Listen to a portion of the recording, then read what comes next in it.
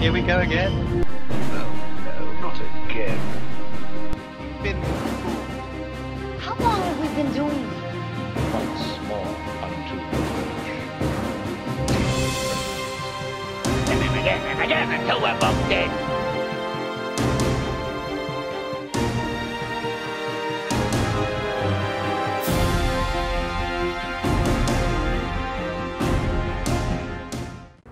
Hello and welcome to You've Seen It Before, movie reviews with connections in mind. War for the Planet of the Apes, directed by Matt Reeves, is now hitting theaters. It is now the third film in the rebooted Planet of the Apes trilogy, starring Andy Serkis as Caesar the Ape.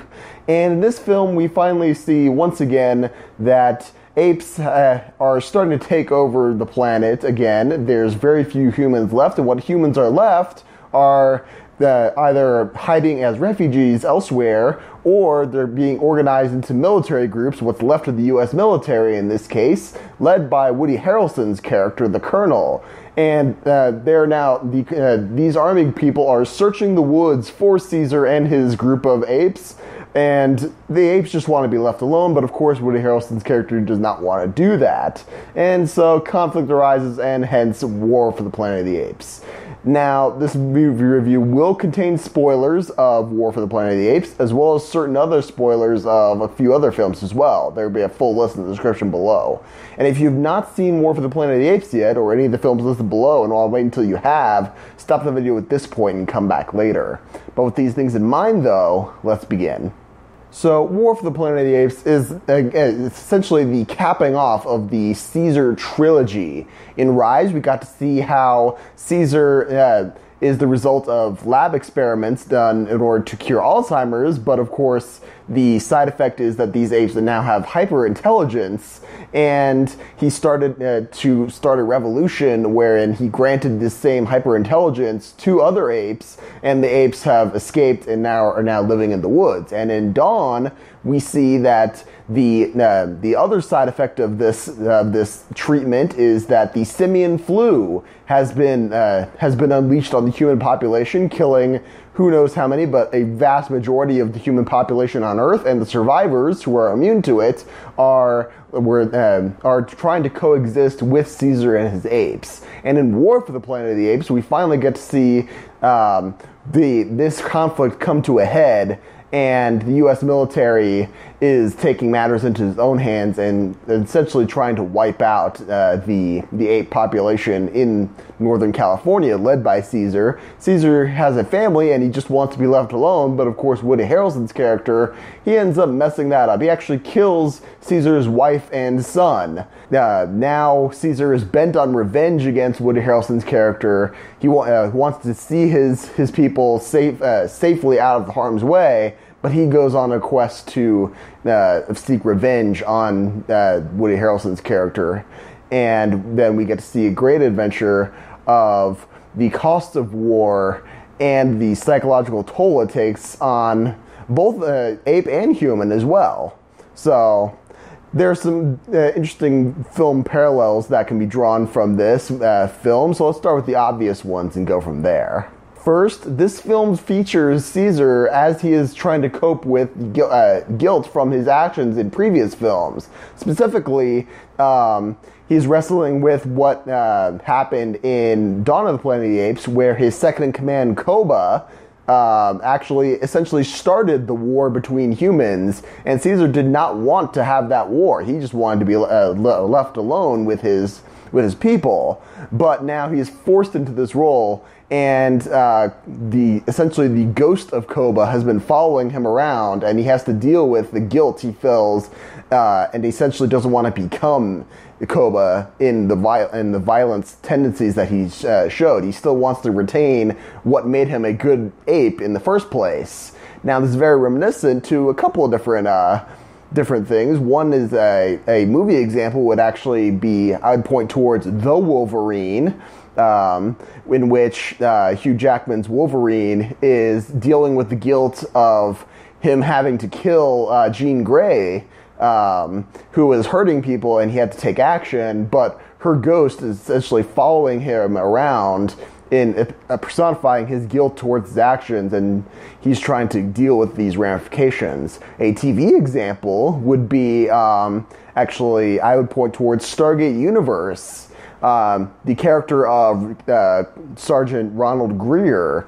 There are a couple episodes which focus on the relationship he had with his father, who was abusive towards him as a child, and there are a couple episodes where actually the ghost of his father is personified and comes back to haunt Greer, and he is afraid that he's going to become his father in a way, and he's trying to get out from under his influence and he tries to retain what is good about him. So there are a couple of examples of this in other film and TV shows as well. Next, there's an interesting point in this film, which was shown in the trailers, in which a young girl is found by Caesar and a couple of his ape compatriots, and something is special about this girl. It turns out that the simian flu that killed so many people the first time around is mutating a second time, and it's actually turning humanity into mutes, essentially. This girl actually cannot speak, and after Caesar comes across this small little village which he thinks is abandoned, he kills a human man who we presume was her guardian. He finds this little girl, and he decides not to kill her, but to bring her along with him on his journey to find Woody Harrelson. This is kind of reminiscent to the story of Tarzan, specifically probably best personified in the Disney animated version of the story of Tarzan, in which the ape Kerchak ends up taking along the infant Tarzan after his parents were killed by Sabor. Sabor had previously killed Kerchak's child, and he essentially adopts him, or lets him tag along, and he of course ends up being integral to the ape's survival later on, much like the little girl who is later named Nova, and ends up being pivotal to the survival of the ape community after, and of course Caesar takes her along with him after his own son had been killed, and he's trying to wrestle with these feelings of he's bent on revenge, but he still wants to have a heart towards this little girl, even though she's a human. She's done nothing wrong to him, therefore he's having to wrestle with those emotions. It was a very interesting plot point that this film explores. Next, there's an interesting similarity, which is not unique to this film at all, but it's sort of a thread that goes throughout many different films. But in the end, after Caesar is actually gravely wounded, he actually is, but he's still able to lead his group of apes through the desert into essentially a new paradise for his apes friends, and he hopefully this place is free from military humans and they can live out in peace. But he dies shortly after getting them there, and he is unable to see the fruits of delivering his people to this new place. Now, this sounds very familiar because it's essentially the story of Moses. Few differences, of course, but essentially this is the end of the Moses story, where after Moses has led the Israelites to the promised land, essentially after their wanderings and their sufferings, he is denied access to the promised land, and he dies before actually setting foot in the promised land. Now, of course, the film adaptation of the Ten Commandments sort of shows this as well, and he essentially hands off leadership of his people to his best friend and successor. In Moses' case, it was Joshua, and in in Planet of the Apes, it was Caesar essentially handing off control of the leadership to Maurice, the orangutan. Finally, while this is not necessarily anything to do with the film, it's just an interesting parallel I noticed, where in the beginning of this film, there's an interesting little text crawl that essentially sums up the previous two films that while introducing the third film. And I don't have the exact text with me, but with the basic gist of it was that the first paragraph is, with the rise of these the apes' intelligence, that these the new apes have gotten control, and now with the dawn of a new species, the humans have to figure out how to take control, and conflict arises, hence starting the war for the Planet of the Apes, evoking the last two films of the franchise, Rise of the Planet of the Apes and Dawn of the Planet of the Apes, before War for the Planet of the Apes. Now, this is sort of reminiscent to the promotional material for M. Night Shyamalan's The Happening, in which the movie poster taglines said, we've sensed them coming, we've sensed it coming, we've seen the signs, now it's happening. Hence, sort of evoking M. Night Shyamalan's two other films that had come before that. There were successes, The Sixth Sense and Signs, leading into The Happening. Of course, though, that didn't have anything to do with the film itself, but it's just an interesting comparison nonetheless. Now, with all that being said, would I recommend you see this film? Absolutely. Though I will say this is definitely a film that you want to see the first two films before seeing that. You'll be rewarded so much.